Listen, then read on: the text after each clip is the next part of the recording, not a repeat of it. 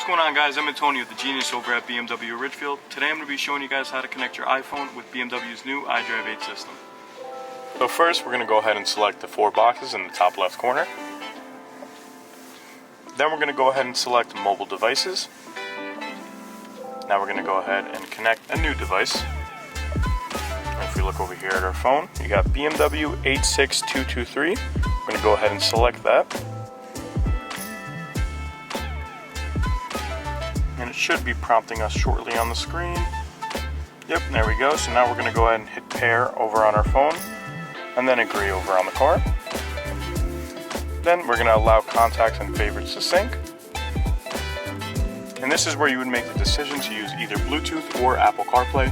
For this tutorial, we're going to be using Apple CarPlay. Continue. We're going to go ahead and look at our phone, use CarPlay.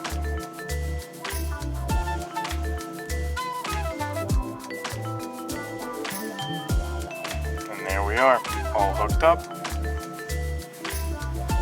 As you can see, we have all of our apps and all that fun stuff. Yeah.